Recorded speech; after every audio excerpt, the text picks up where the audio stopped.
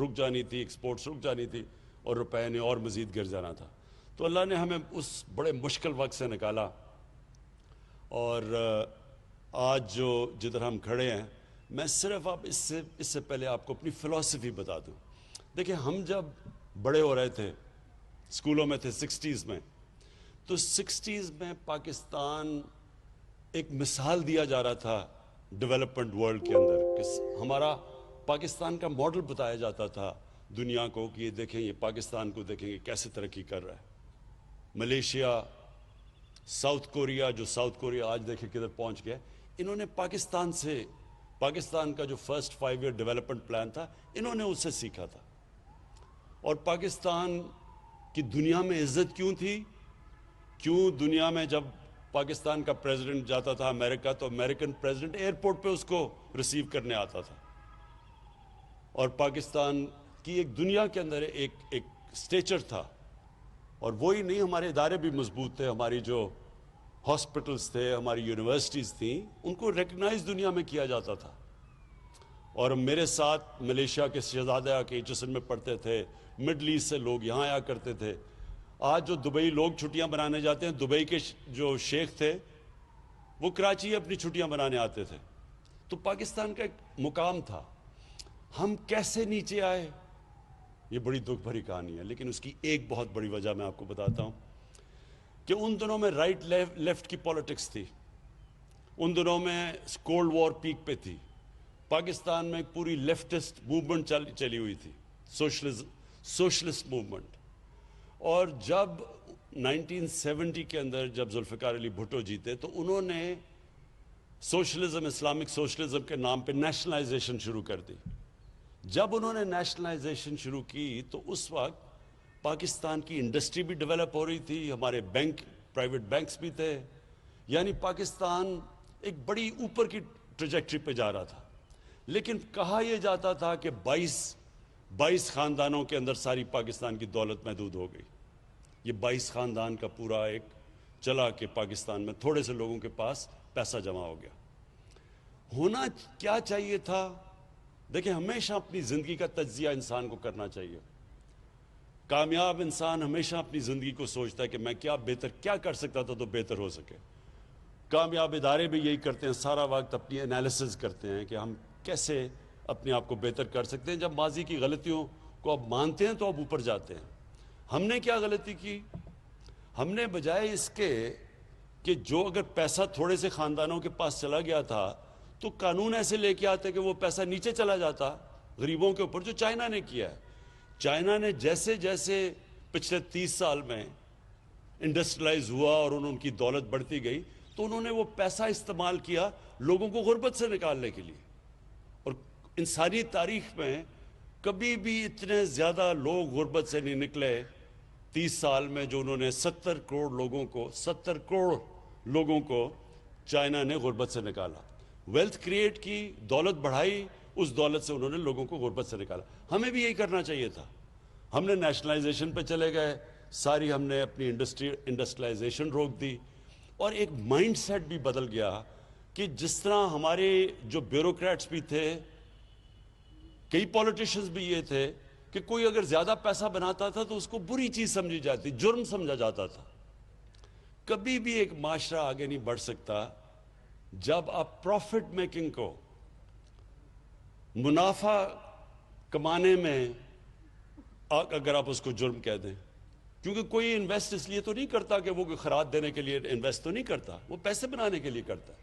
لیکن ہاں، جائز طریقے سے پیسہ بنائے، ٹیکس بھی دے، پروفیٹیرنگ نہ کرے. یہ جو اس کو چینی کا مافیا ہے، انہوں نے یہ جو بھی کمپٹیشن کمیشن کی رپورٹ آئی ہے، تو انہوں نے تو یہ کہا کہ انہوں نے ملک کے کارٹلائزیشن کی ہے، مونوپلی بنا کے تو چینی کی قیمت اوپر لے کے گئے. اس کے خلاف ہے. آپ جائز طریقے سے نفع کمائیں، گورنمنٹ ہم خوش ہوتے ہیں، کیونکہ جب نفع بنے گا ہی تو مزید اور سرمایہ کاری ہوگی. تو جو ہماری اب پالیسی ہے، میں آج آپ کو کہہ دوں کہ ہماری اب پوری کوشش ہے کہ پاکستان انڈسٹریلائزیشن کی طرف چلے، پاکستان اپنی ایکسپورٹس بڑھائے. گورنمنٹ کا کام اس کو فیسیلیٹیٹ کرنا ہے، ان کے لیے آسانیاں پیدا کرنا ہے۔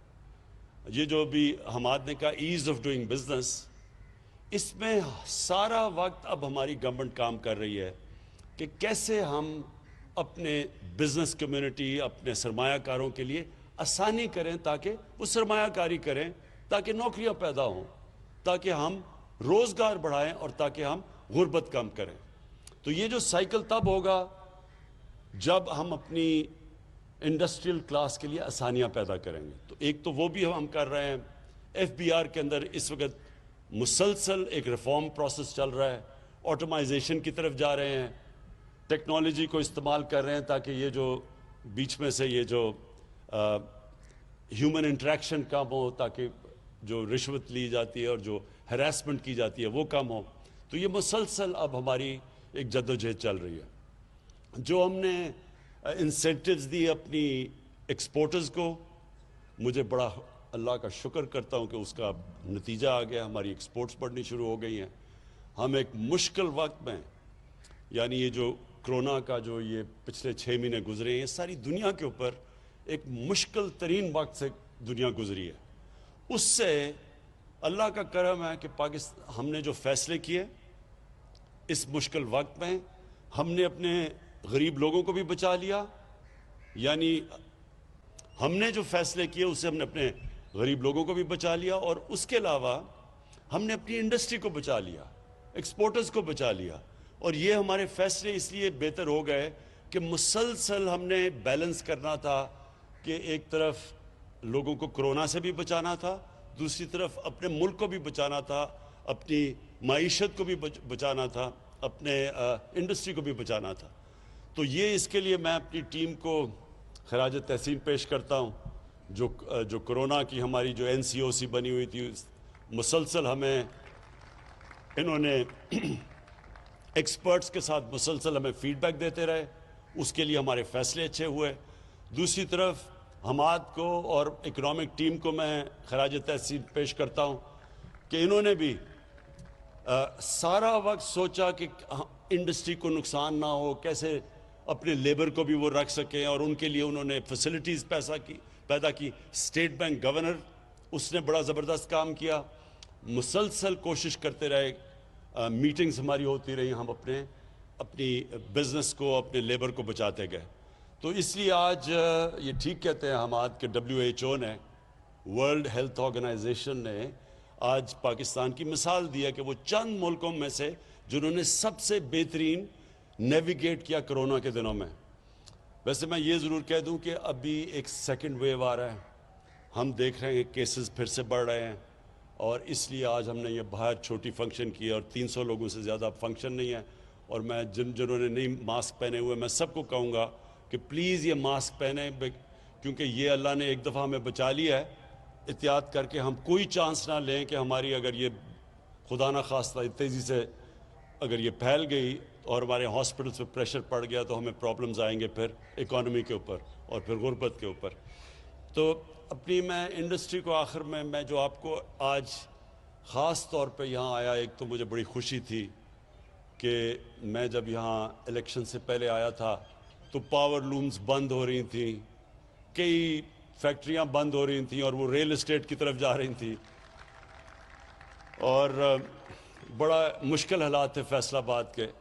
تو مجھے بڑی خوشی تھی آج جب میں نے اپنے یہ ایم پیز اور ایم این اے سے پتہ چلوایا، انہوں نے کہا جی آج کل لیبر نہیں مل رہی ٹیکسٹائل کی، تو مجھے بڑی خوشی ہوئی اس چیز کی کہ شکر ہے ہماری روزگار بڑھ رہا ہے۔ مجھے ایک اور بھی میٹنگز کے اندر بڑی اچھی بات آج سجیشن دیا گیا، اور میں اپنے چیف منسٹر کو یہ کہوں گا کہ ہمیں اب سکلز، ٹیکسٹائل سکلز کے لیے انسٹیٹیوٹس بنانی ہیں تاکہ ان کو ٹریننگ کروائیں، کیونکہ آپ کو ویلیو ایڈنگ کے لیے بھی آپ کو لیبر چاہیے۔ تو وہ لیبر کے لیے، اس کے لیے، کیونکہ جو سکل ٹیکسٹائل کا اب جو لیبر ہے، جو ورکر ہے، وہ اب اس کی ڈیمانڈ بڑھ گئی ہے اور وہ مل نہیں رہا۔ تو اس لیے ہمیں اس کو بھی کرنا چاہیے، کیونکہ انشاءاللہ ہم جیسے ہماری ایکسپورٹس بڑھیں گی، اور میں آپ کی جس طرح حماد نے بھی آپ سے سب سے اپیل کی کہ مزید اور آپ انویسٹمنٹ کریں، اور انویسٹمنٹ اس سوچ سے کریں اور بے فکر ہو کے کریں کہ یہ اب آپ کے پاس ایسی گورنمنٹ آئی ہے جو کہ جس کا کام ہے آپ کے مسئلے حل کرنا، جو ایسی گورنمنٹ آئی ہے جس نے آپ کے لیے ایک سٹیبلٹی دینی ہے، ایک ایسی پریڈکٹیبلٹی دینی ہے کہ آپ جو بھی اپنی انویسٹمنٹ کریں آپ کو یہ فکر نہ ہو کہ ایک دم کوئی ایسی پالیسی چینج ہوگی جو ایک دم آپ کی انڈسٹری کو افیکٹ کرے گی۔ ہمارا کام ہے آپ کی انڈسٹری کی مدد کرنا، کیونکہ اس سے ایک آپ روزگار لوگوں کو دیں گے اور دوسرا ویلتھ کریٹ کریں گے۔ ملک میں جتنی آپ دولت بڑھتی جائے گی، ملک میں آسانی ہوگی اپنے قرضے واپس کرنے میں۔ ہمارے اوپر ایک تو قرضوں کا پہاڑ چڑھا ہوا ہے اور وہ تب ہی ہم اتار سکیں گے جب انڈسٹریلائزیشن ہوگی اور جس سے ویلتھ کریشن ہوگی، پیسہ آئے گا ہی تو ہم قرضے واپس کریں گے۔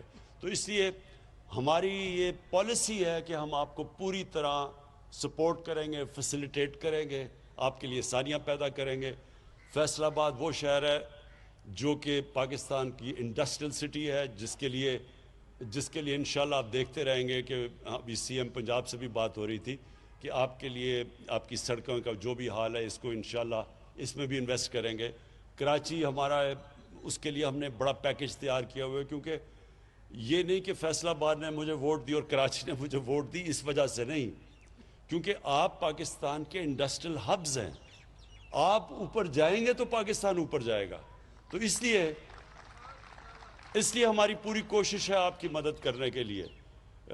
وہ اور بات ہے کہ آپ میں ماشاءاللہ اتنا شعور تھا کہ آپ نے صحیح پارٹی کو ووٹ دے دی، لیکن اس کے باوجود ہم اس لیے کریں گے کیونکہ ہماری اس وقت انڈسٹریلائزیشن، یہ 1960s کے بعد یہ پہلی دفعہ وہ گورنمنٹ آئی ہے جس کا مین پالیسی، اس کا فیصلہ کیا ہوا ہے ہم نے کہ ہم نے پاکستان کو انڈسٹریلائز کرنا ہے۔ تو جو بھی آگے پالیسیز بنیں گی آپ کے ساتھ مشاورت میں بنیں گی۔ ہم کانسٹنٹلی آپ کے ساتھ مشاورت اس لیے کریں گے کہ آپ کی انپٹ آئے گی تو ہم آپ کی رکاوٹیں دور کرتے جائیں گے۔